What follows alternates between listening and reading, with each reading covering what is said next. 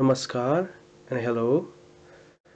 Today I'm going to show you how to make interactive web application using Shiny and R, and I'm also going to use the concept of central limit theorem, which is a very famous concept in statistics, in which it says that no matter whatever the distribution population has, if you take many samples and calculate mean out of these samples, these mean samples will always follow normal distribution, and the mean of these mean samples will coincide with the population mean. Okay, so without further delay, I'm going to start. First of all, I would like to show you uh, the demo. You can launch the web application.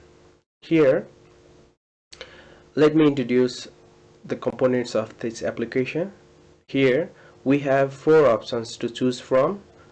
First option is a slide bar, which gives you the option to choose the size of the population that it randomly generates.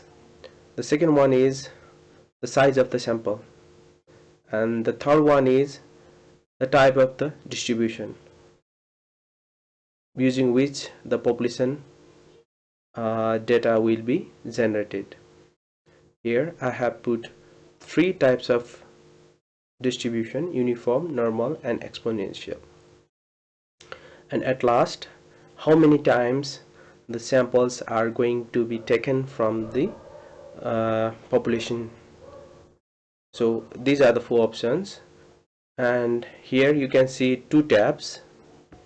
The first tab shows, the upper part shows the population histogram and density plot, and the second part shows the sample mean histogram and density plot.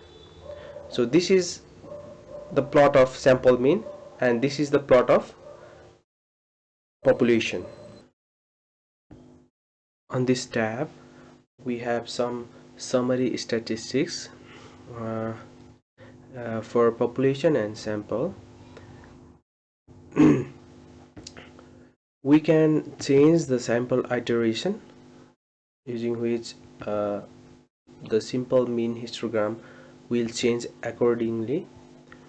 We can also change the population size. For here I choose like 11,461. I can also change sample size. I can also change the distribution of the population. Here by default I have chosen normal. If I choose uniform, the distribution of the population data will change into the uniform. But notice here, despite the uniform distribution of the population, the sample mean follows normal distribution. In other words, it's a bell size. If you choose exponential, the histogram is totally different. The data dispersion or the distribution is different, but the sample mean is again similar to the previous nature. When you compare data, the mean of the population is 1 and mean of the sample mean is also 1. If you change these values, it's almost near to the actual mean, which is near to 1. If you choose uniform, then actual mean is around 0.5 and the sample mean is also near to 0.5. So in this way you can verify whether CLT is verified or not in Shiny and R program. Now here is the code for the Shiny application. You can find the link to the code in the description section below this video. So by just simply downloading it, you can run the code instantly.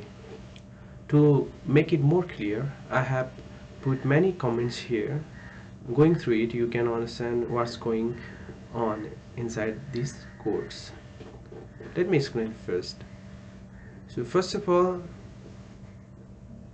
this section comprises the components of the sidebar panel.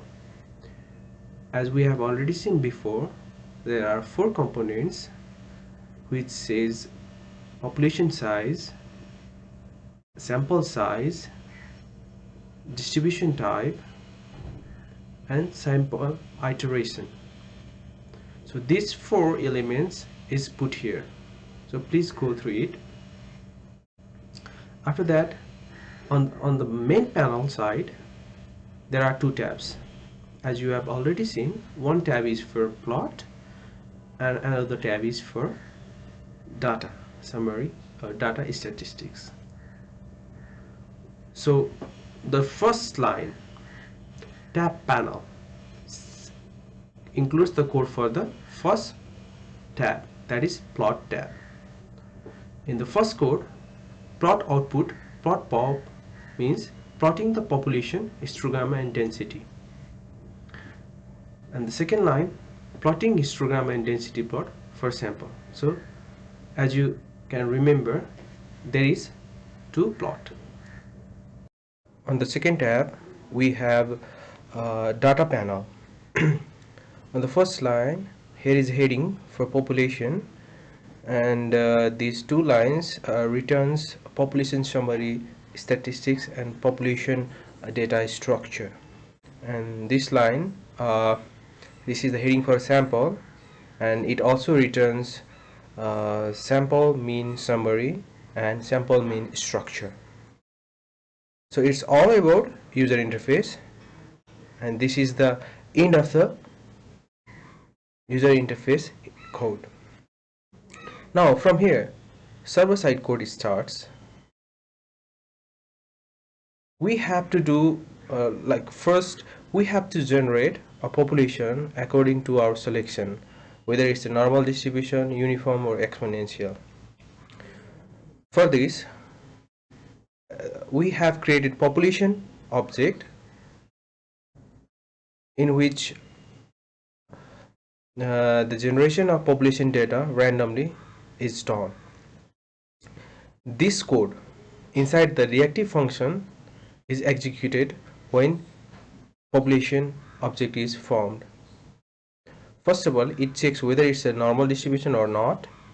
If it's normal distribution, it generates random population data according to normal distribution. It's a uniform, there will be a uniform random population data. And if it's exponential, the population object will contain exponential random data. After generating population data, we have to take sample from there. This whole code is for sampling and taking the mean. The first line, first if clause, creates sample mean object for the first time and stores the population sample mean in it. And the second line just appends new sampling mean to it. And the final line prints the sample mean data, which ultimately goes into the sample mean object and stores it.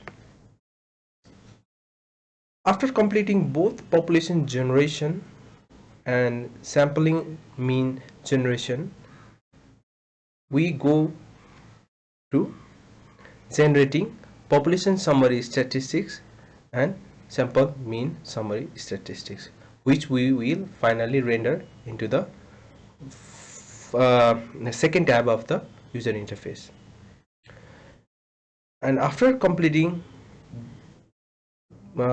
this code, we generate plot for the first tab. this code is for population plot, and this code is for sampling mean plot. Let me explain briefly here. First of all, it plots density of the population, density plot of the population without axis, without x level, y level, and without heading. After that, this line says that tells R that whatever plot now it's going to generate have to be overlapped with the previous plot, that means density plot. So this line is for generating histogram of the population data, and this line is for indicating a vertical line for population mean. Same thing goes here. The only difference is here is this is for sampling mean and this is for population. After completing all these procedure, we have to end the whole code with Shiny app UI, which contains the user interface code. Here we have store whole code into the user interface object UI, and this is server code, which is here server.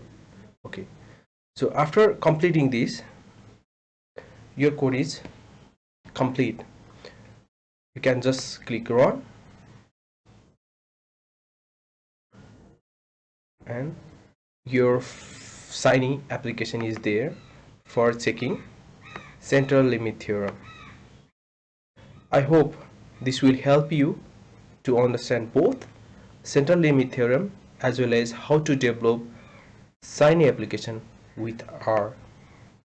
Again, you can find the link of this code below the video. Okay, so for next time I will bring some new code or new technique. Till then, bye bye and keep coding. Thank you.